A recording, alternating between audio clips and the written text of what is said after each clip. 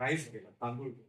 1948ला पाकिस्तान स्वतंत्र झाला आणि आपला गहू केला, चांगली शेती केली. पंजाब जो पाकिस्तान मधला जो पंजाब आहे तो अत्यंत ब्रिटिशांनी डेव्हलप केलेला. नमस्कार, मी विनोद पाटील हंगरगेकर. 15 तारखेला 15 फेब्रुवारी रोजी माहूरगड येथे बालाजी मंगल कार्यालय आहे आणि त्या ठिकाणी शेतकरी संघटनेच्या युवा आघाडीचा आणि युवा आघाडीचा तंत्रज्ञान परिषद आणि बाजार या विषयावर एक मोठी परिषद आम्ही ठेवलेली आहे. मराठवाड्यातून आणि महाराष्ट्रातून बरेच लोक तिथे येतील आणि या परिषदेमध्ये आजच्या आंतरराष्ट्रीय लेवलवर जे काही चालू आहे आणि ट्रेड डील असू दे, शेतकऱ्यांचे प्रश्न असू दे, शेतकऱ्यांची आत्महत्या असू दे, बाजार व्यवस्था असू दे, टेक्नॉलॉजी असू दे, या सगळ्या विषयावर भारतामधले जे काही एक्सपर्ट आहे या लोकांना तिथं बोलवण्यात आलेलं आहे. उदाहरणार्थ सह्याद्री फॉर्मचे विलासराव शिंदे असू दे किंवा CD माई जे व्हाईस चान्सलर होते आपल्या मराठवाडा कृषी विद्यापीठामध्ये परभणीला, आणि ते आता आंतरराष्ट्रीय लेवलवर काम करतात. तर या सर्व मंडळीला घेऊन आम्ही एक मोठं अधिवेशन शेतकरी संघटनेने प्लॅटफॉर्म तयार केला आहे आणि त्या ठिकाणी नवीन शेतकऱ्यांना, नवीन मुलांना दिशा देण्याचं काम या दृष्टीनं होणार आहे.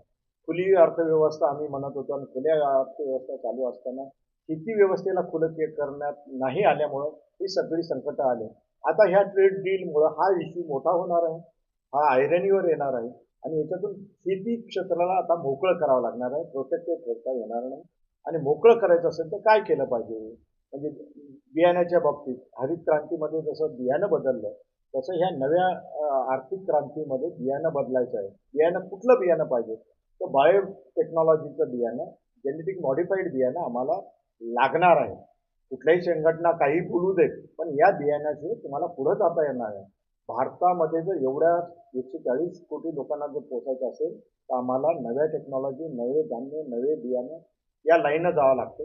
आणि तिसऱ्या महायुद्धाच्या कगारवर जर आपण उभे असतील आणि इथं जर आता शेतीवर निर्णय होत नसतील तर आपल्याला तिसऱ्या महायुद्धाला सामोरं जावं लागणार आहे.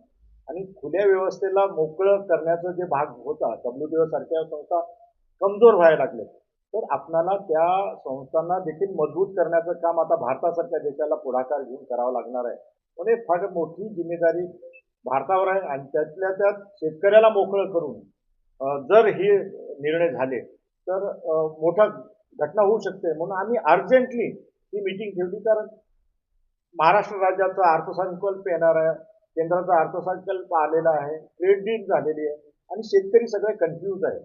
आणि त्या कन्फ्यूज अवस्थेमध्ये या शेतकऱ्याला जागं करणं आणि तू हे करू शकतो असा आधार देणं हे या परिषदेतून मिळणार आहे. आणि म्हणून ही परिषद अत्यंत महत्त्वाची आहे.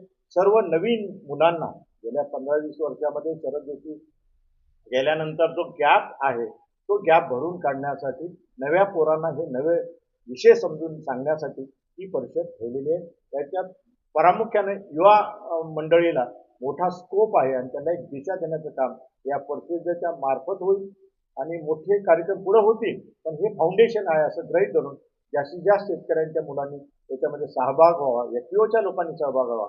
मी पर्सनली बऱ्याच FPOच्या लोकांना फोन करून सांगितलेलं आहे. नांदेड जिल्ह्यामध्ये एक 400 FPO रजिस्टर्ड आहेत. ते FPOला देखील तिथे दिशा मिळणार आहे आणि म्हणून ही अत्यंत महत्त्वाची परिषद आहे. त्याच्यात सर्वांनी सामील व्हावं एवढी विनंती मी करतो.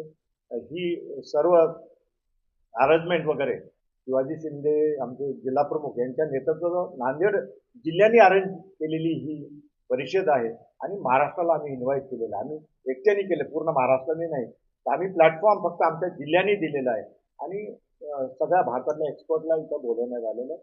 4-5च एक्सपर्ट आहेत आणि ही जर परिषद सक्सेसफुल झाली, एक आंतरराष्ट्रीय लेवलवरची परिषद आम्ही तुमच्या साक्षीनं, सर्व पत्रकाराच्या साक्षीनं नांदेडमध्ये घेऊ याची मी तुम्हाला ग्वाही देतो. आम्ही रजिस्ट्रेशन पण ठेवलं नाही, पण आम्ही अपेक्षा ठेवली 1,500 लोकांनाच लिमिटेड केलेलं आहे, कारण जास्त आल्यानंतर क्राऊड होतो आणि मग विषय भरकटतो. म्हणून फोकस करण्यासाठी आम्ही 1,500 लोकांना इन्व्हाइट केलेलं आहे.